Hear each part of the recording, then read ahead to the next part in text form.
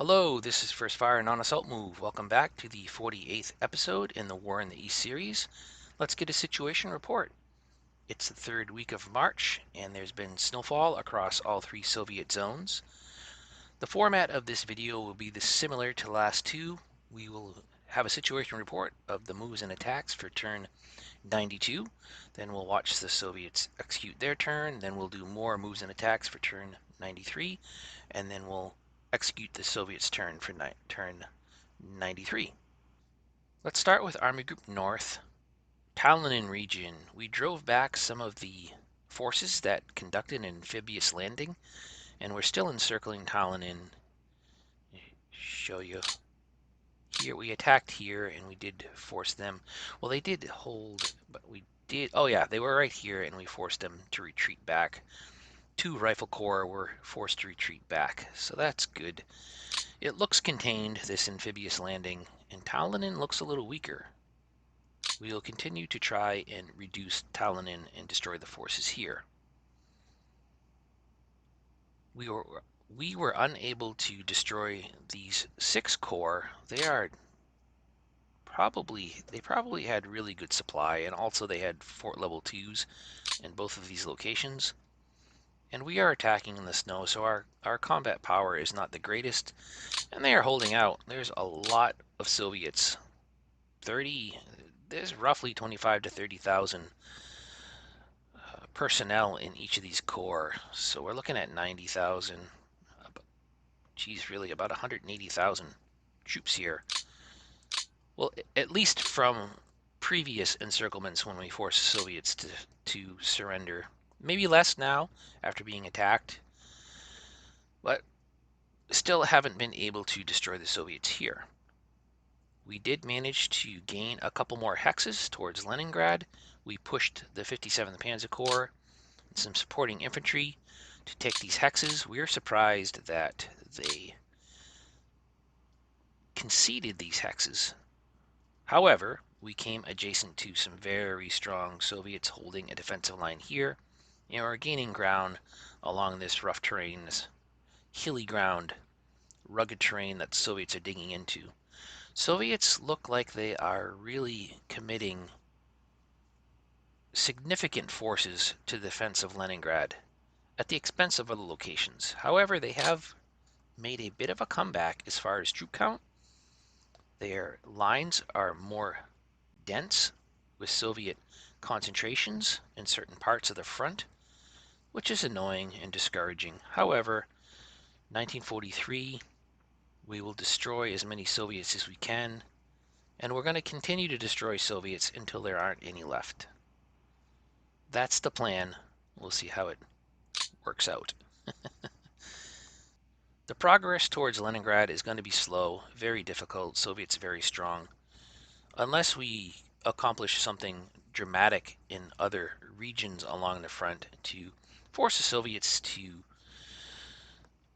pull troops out of the line along Army Group North's frontage, this is only going to get stronger, I'm guessing. We are a mere 30 miles from Leningrad. Even if we just force the Soviets back a hex at a time each week, we will reach Leningrad within a month. If that's what has to happen, that's what has to happen. Ideally, we get little situations like that where we can destroy some Soviets in a pocket. It's unlikely. The terrain is not advantageous for something like that to happen. The line south of Leningrad, all the way down past Novgorod, past Veliky Luki now. We made some progress. If you remember, we're adjacent. The Soviets were adjacent to Veliky Luki, and there's some back and forth. Now we are well past Veliky Luki, and the next city is Ryzev down here. This long part of the front is being held. Not going to attack any longer along this part of the front. The Soviets have built up forces, and the combat power is not available to us to really make any progress, further progress at this time. Plus, we're going to rest and refit these infantry corps, even if there's snow. We did minimal attacks along this front, except here where we're trying to align the front a little bit with the progress to the north of them. Therefore, looking down past Velikai Luki, this part of the front is a little light on infantry now because we committed as many infantry corps as we could to support the axis of advance for 2nd SS Panzer Corps, along with 24th Panzer Corps and the 30th Panzer Corps. So 3 Panzer Corps now have combined, shifting their axis of attack not towards Moscow any further to hopefully get an encirclement of this salient. The Germans made some pretty good progress. 2nd SS Panzer Corps, their lead Panzer Grenadier divisions were up here, used a lot of movement factors just to get down past and get over. What river is this? The Oka River? Oka River? Is that is an R or an Ora River? I think that's a K. There's snow in the way. So we have a bridgehead over this river from north to south. Just didn't have the forces available, the combat power, and the movement factors available after fighting vigorously to break through this sector. Just didn't have enough to get the last 20 miles to block any of these forces from getting away from an encirclement.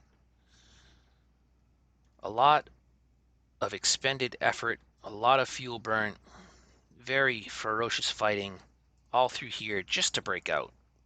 The Soviets recovered very well, and they're throwing everything but the kitchen sink, like I had said, in front of Moscow.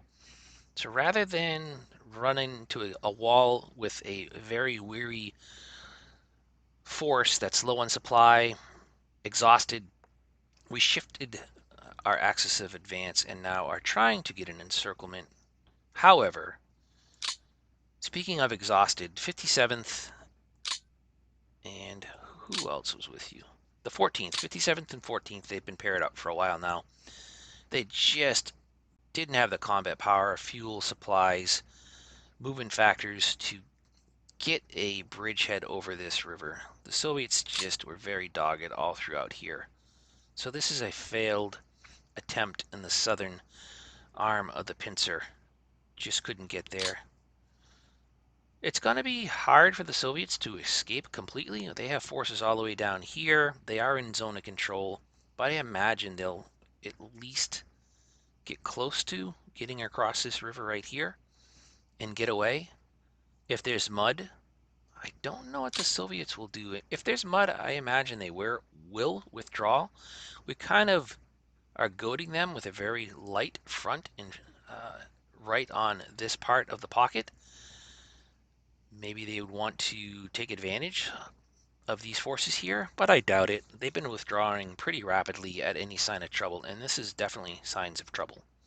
At the very least, if they do escape, we are gaining a lot of ground towards Tula. And this is Kaluga.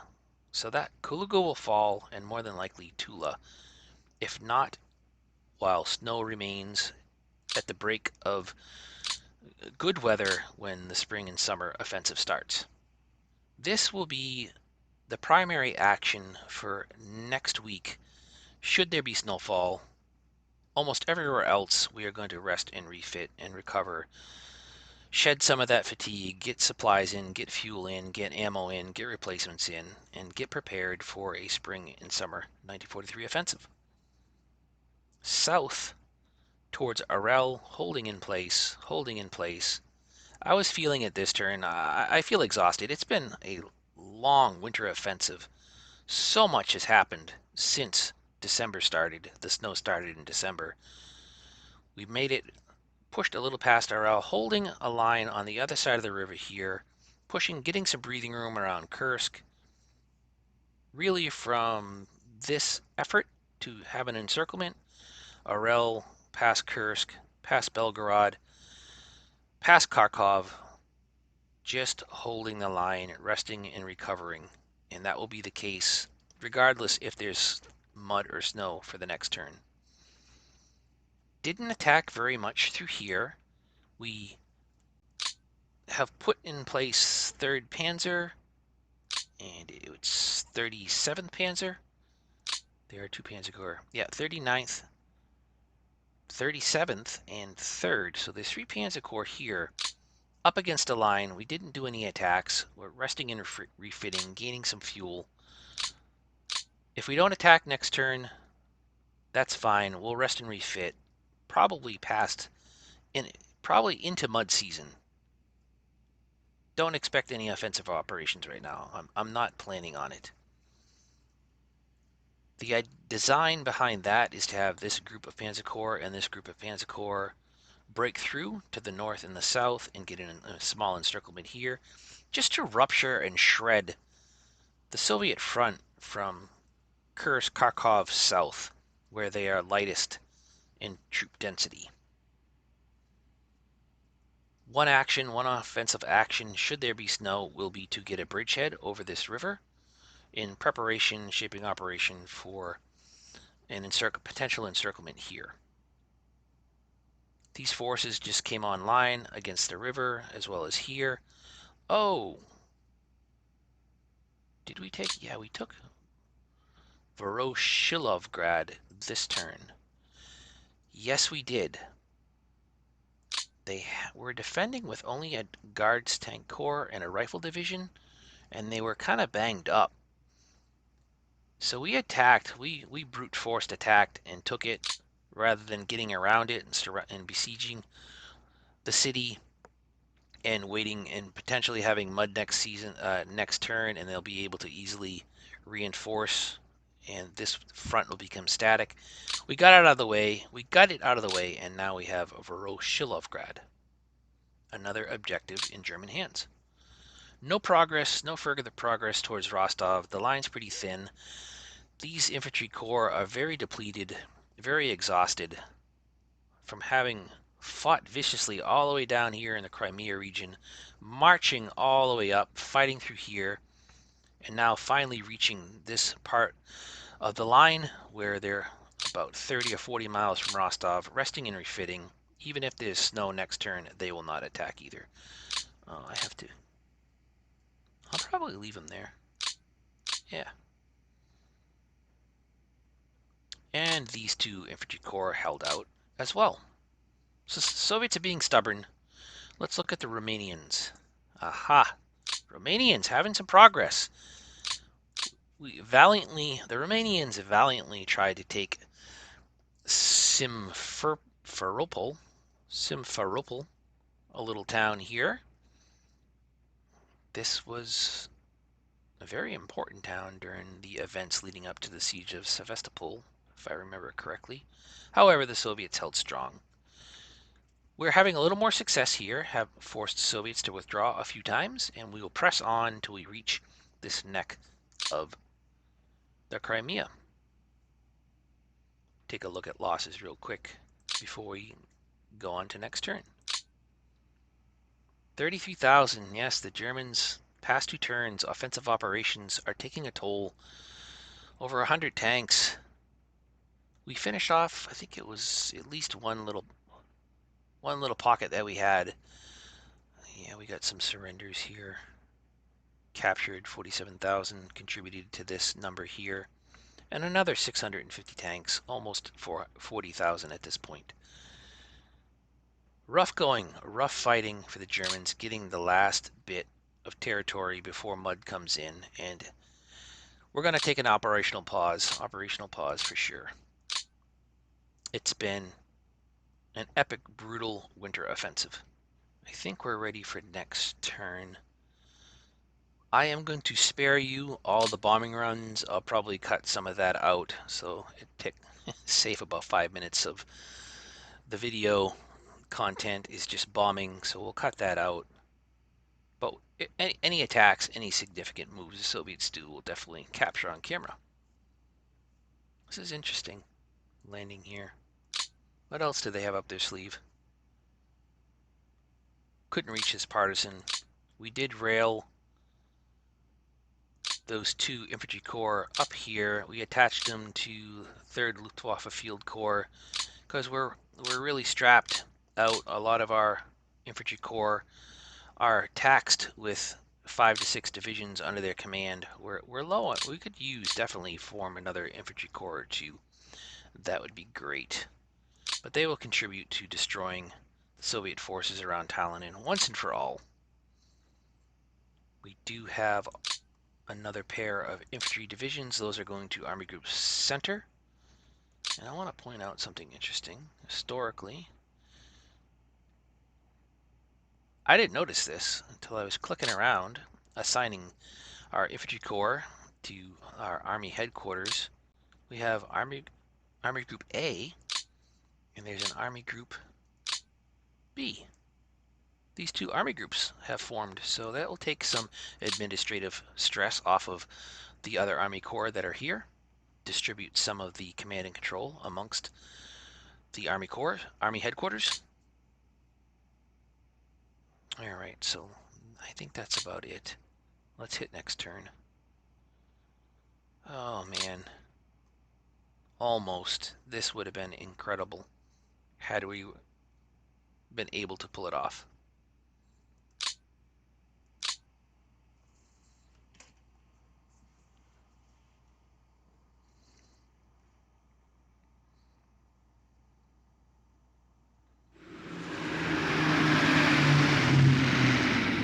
Oh, 20 miles. 20 miles of freedom for the Soviets there.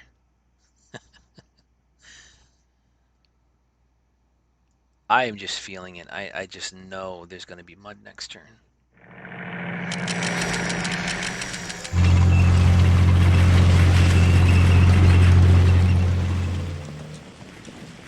Ugh. Getting away. Not. Are they going to try to defend? No, they're trying to get away.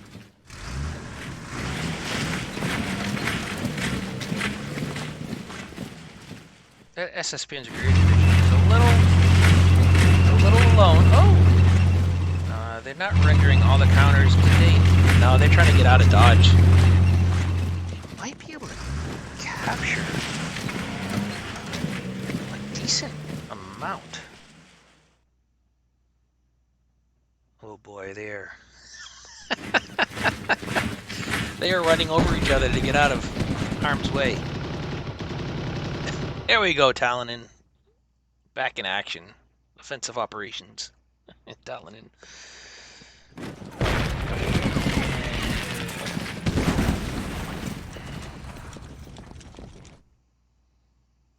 Just couldn't get those. That would have been wonderful. We'll get some, though. We're going to get some. Good hold, Italians. Good hold.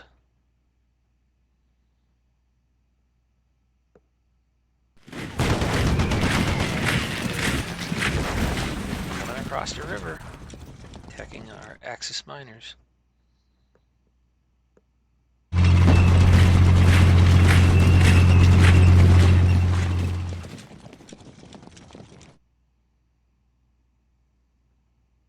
At the very least, we get Kaluga without a fight, I believe.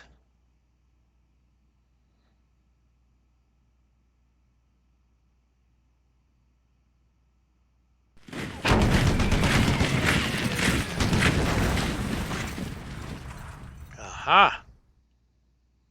They have a little stronger forces down there than I thought.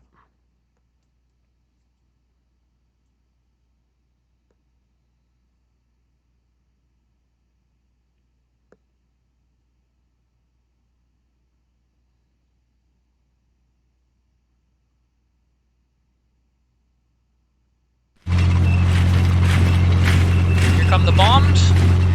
Nope, still moves. And how many got away? That's ridiculous.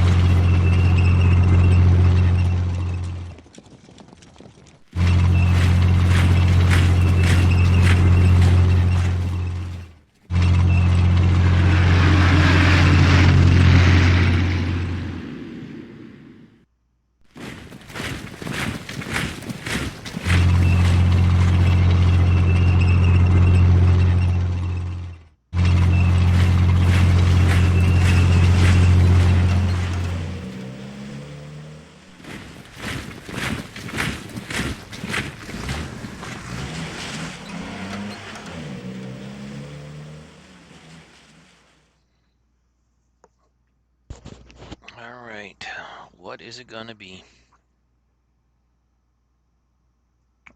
I spared you a whole bunch of bombing runs and interdiction. We'll get a look at what the Soviets did in that salient. So many got away. Gosh darn it. Oh, that's marvelous. One more. Snow, snow, snow. Excellent. All right. That means we'll be able to at least get some of these Soviets that were in here. Oh, so many got away. We'll get at least 1, 2, 3, 4, 5, 6, 7. I mean, that's decent. There is over 20 in here. We'll get about a quarter of what that was in the assailant. Just didn't have it. Oh well. It's good though that it's snow and we can actually, and we get Kaluga without a fight. And we're close to Tula, still close to Moscow. Soviets really didn't attack anywhere along the front. What are they doing here? Tank Corps, Cavalry Corps, Cavalry Corps. Oh, it's fine. Oh, same thing here. You know, I said it before.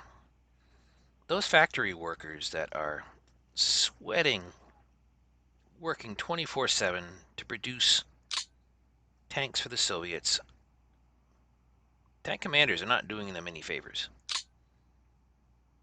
They're just sticking their necks out over and over again. We'll have one more attempt to take Tallinn, destroy these Soviets here, and inch our way towards Leningrad. And see what we can snare in this salient. Elsewhere, we're going to rest and refit, build up our supplies, replacements, and reduce some of the fatigue for our troops.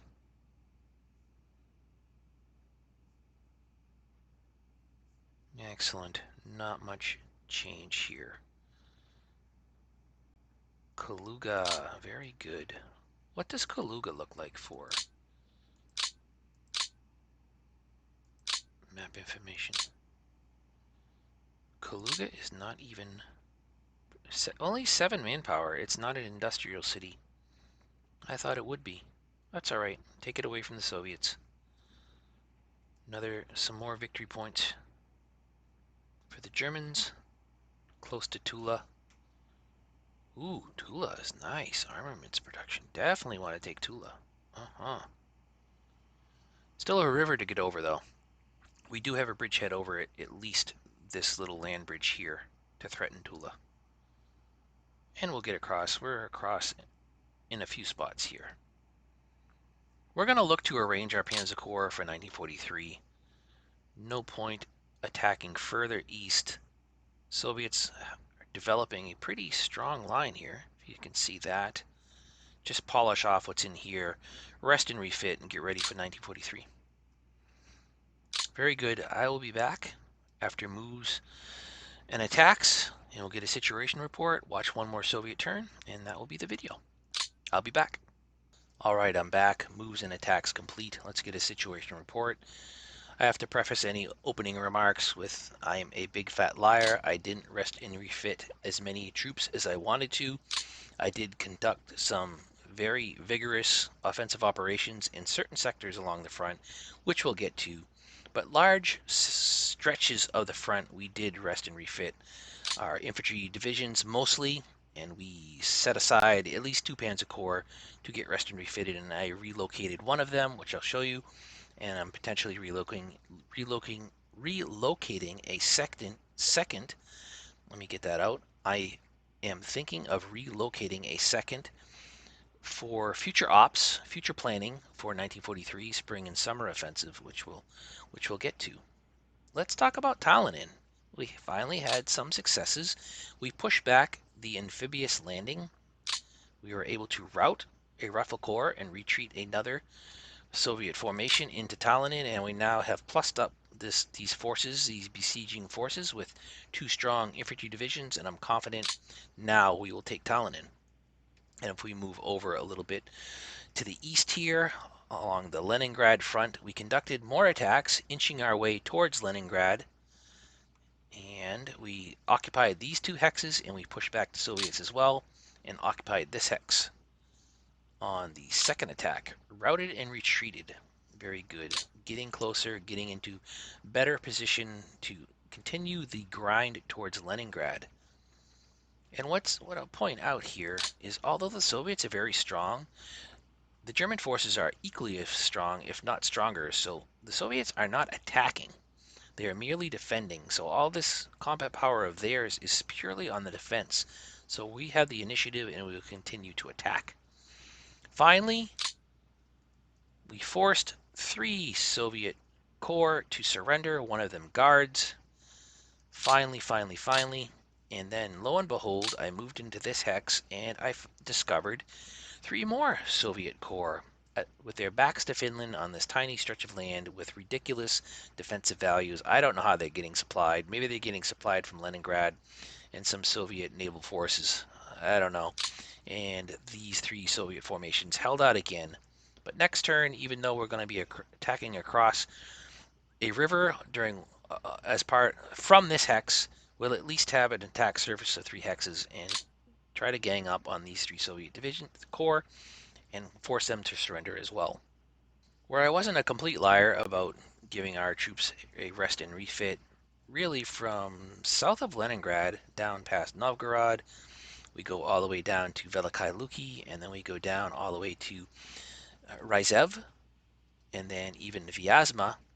Really, from Vyazma all the way up to Leningrad, where we don't have our attacking forces, all these infantry divisions rested and refit. So they are getting stronger, more supplies, getting prepared for any future ops in 1943.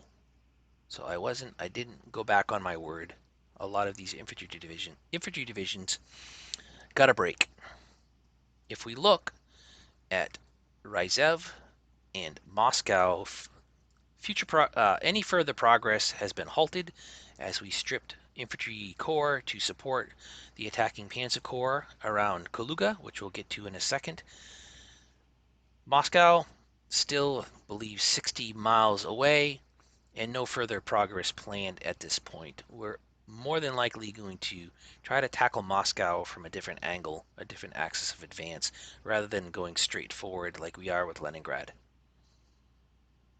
What we managed to achieve around the Kaluga pocket, we can call it, heard me lamenting and complaining as we watched the Soviets get away like jackrabbits on the snow, pell-mell. They only had 20 miles of a gap between German forces. They still got away.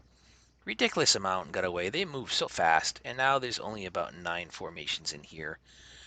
Just some scraps, some throwaway divisions of Soviets, but they won't be back in the order of battle, and they won't be back in the front for the German forces to face later. Disappointed. Large opportunity missed here. We could have destroyed over 20 Soviet formations. Instead, we got maybe a third of them. The Panzer Corps and infantry divisions tasked with closing the pocket did the minimal to do so, and we didn't expend all our combat power this week to get this encirclement. Some of them have rest and refitted, as well as the 30th Panzer Corps up here. They're resting and refitting. We didn't really need to commit them to anything, and we took Kaluga without a fight, which is great. No loss of life and material supplies for that. And we're in a good position, almost where I would have positioned them where I might have positioned them anyways, to take Kaluga and confront Moscow going east and north. And this could be the arm of a pincer movement for a larger action. If we look at the troop concentrations the Soviets have here, very compelling to draw up plans and encircle these Soviet forces. We also rest and refitted the 14th Panzer Corps, which in the 57th. Wait a second. It's mostly the 14th. The 57th is here. We committed the 57th. The 14th is resting and refitting, and I may relocate them as I did with the 31st Panzer Corps. We took them on the rails and brought them further south. I'll show you where we position them in a second. Here we have defending infantry divisions around Arel. Most of these forces were resting and refitting as well, except a little on the sector, the Kursk sector. We made some further progress east, pushing the Soviets back, getting closer to Voronezh. From south of Tula, all the way down to Rostov, the Soviet troop density is much lighter. The troop count not as numerous, and the line is long and thin for the Soviets, which leads me to believe, like I felt in 1942, which we began our migration of our combat power, our Panzer Corps, and attacking infantry corps south to achieve several of those encirclements. As we continue to go south, I feel we can do the most damage really from Orel south. Even though the troop concentrations here the Soviets have are very, very enticing to go after them, it's going to be a lighter lift, a more easily achieved plan to encircle Soviet forces in the south. For that reason, and along the lines of having groups of Panzer Corps uh, kind of balanced along behind the front to form the arms, north and south arms of pincer movements. We railed down the 31st around Kursk, where the Soviets' line are fairly thin. They do aerial recon shows that they're building up a second line of defense, but they're not stacked three high, and it's kind of jagged and ragged. And if we get another Panzer Corps down here and maybe another infantry corps, this could be a strong offensive, the cadre of a strong offensive force for future operations, either to break through and either turn north or south in tandem with anything maybe breaking out of the Kaluga section and threatening Tula. That would be a grand encirclement, wouldn't it? Yes, it would. More than likely, we're just going to break off smaller chunks in the opening stages of the 1943 spring-summer offensive. Moving down past Kursk, where we are going to move the 14th Panzer Corps, which was traditionally down with Army Group South anyways. No change here. Along this frontage, did we do some attacks? A few here and then none here. So the Romanians and the German forces that the Romanians are supporting rest and refitted as well. Most of the action around Kaluga happened here.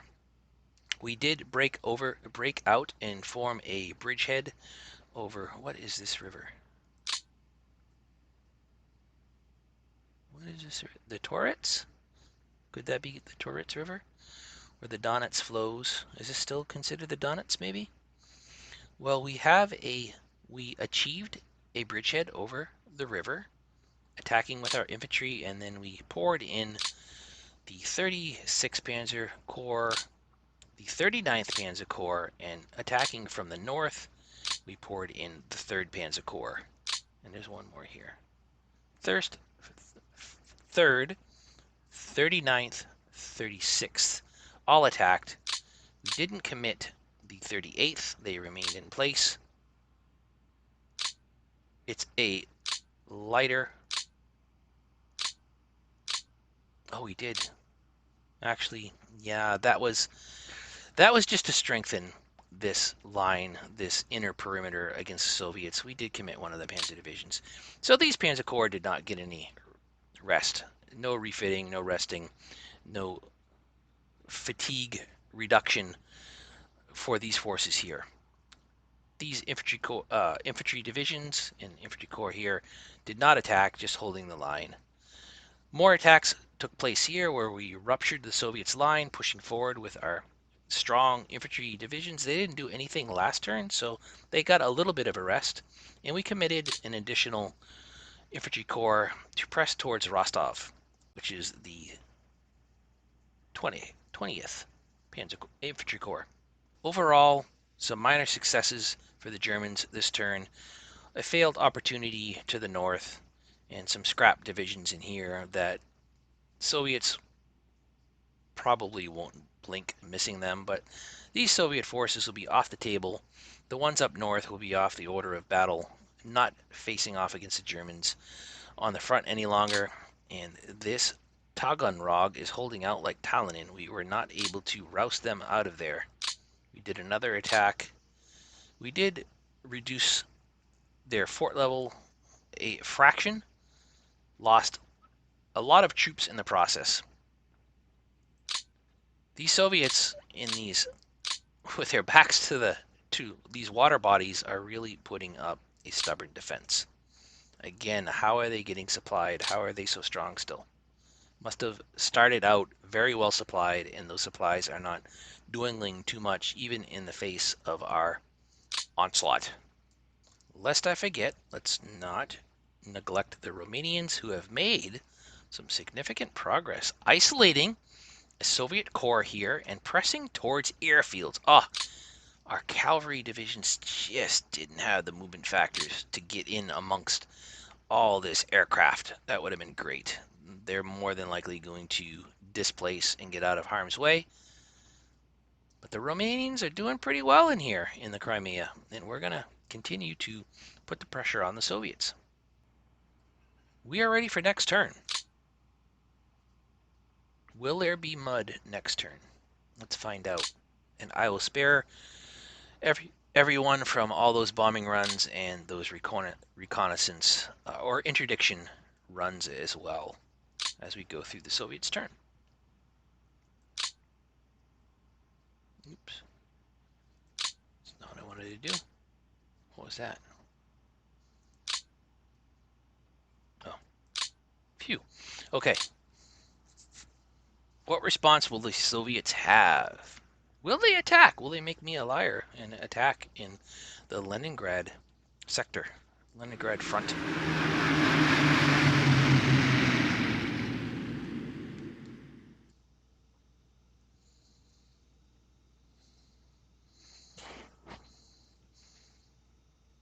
Next turn, as we just went over the front and reviewed all the locations where we are conducting the offensive operations, I don't foresee any more offensive operations right now. We're just not in position, and all our troops are exhausted that we're attacking.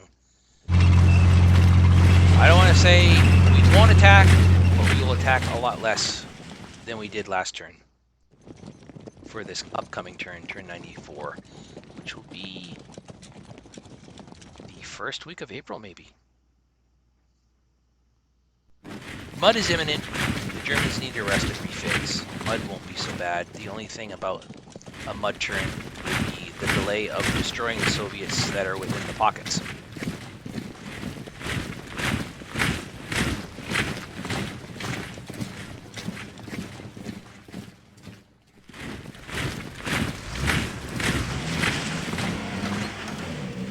Overall, not bad where our forward line of troops has ended up in the early stages of 1943.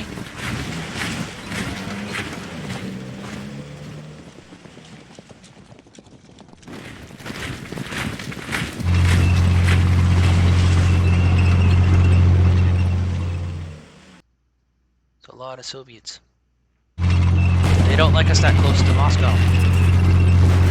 And again, our Italian divisions held out. Very good. That's the same 13th Hungarian Light Division that got attacked last week by the Soviets.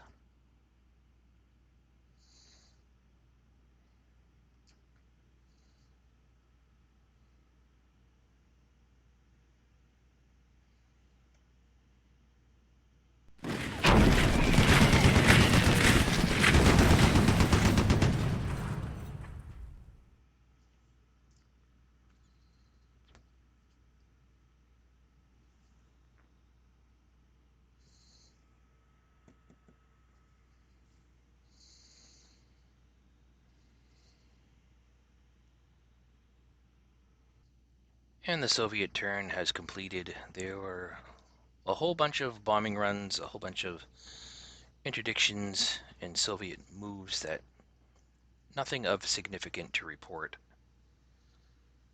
So we'll cut that out of the video. Oh, here we go. Yep, it's bound to happen. It is the first week of April, and mud has arrived. In which zones? All zones. Mud.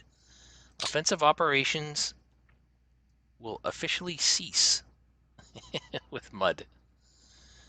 And where is this division going?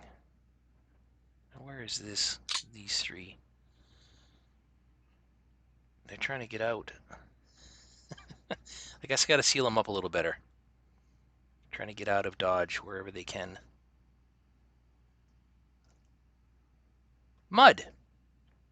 That means we'll more than likely execute a bunch of mud turns off camera, and then we'll just get a summary of the administrative moves that the Germans do. These Soviets will survive and to live another day, so are these. I can't complain. It's the first week of April, and we had from December to the first week of April, mid-December to the first week of April, to conduct offensive operations. And overall, the forward line of troops is not bad at all when you think about it. From where we started till now, captured significant Soviet industry centers, major cities, destroyed a lot of Soviets, which we commented on several videos ago. In 1943, spring and summer is ahead of us. What can we do to thoroughly debilitate and catastrophically damage the Soviet field army? That is the goal for the Germans in 1943. That and take territorially, Rostov is obviously an objective. Tula, I didn't realize Tula was such a industrial mecca. Look at that. Take that away from the Soviets, and we'll grind towards Leningrad. Which, look at that industrial base around Leningrad. Soviets very strong. Moscow, I think they are plussing up Moscow more and more.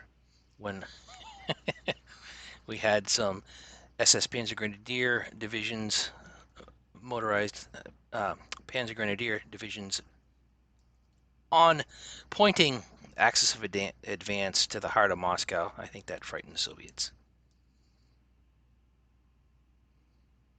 Mud has arrived. It was inevitable. I don't like it. It will force the Germans to rest and refit, and we really need it. We will end this video here. Much to be done administratively during these mud turns. Cannot overlook the importance of that in positioning our Panzer Corps and maybe one or two infantry corps into attack positions for the spring and summer offensive in 1943. So there are things to be done. We'll do most of that off camera. All right. I hope you enjoyed this video. This is First Fire Non-Assault Move Out.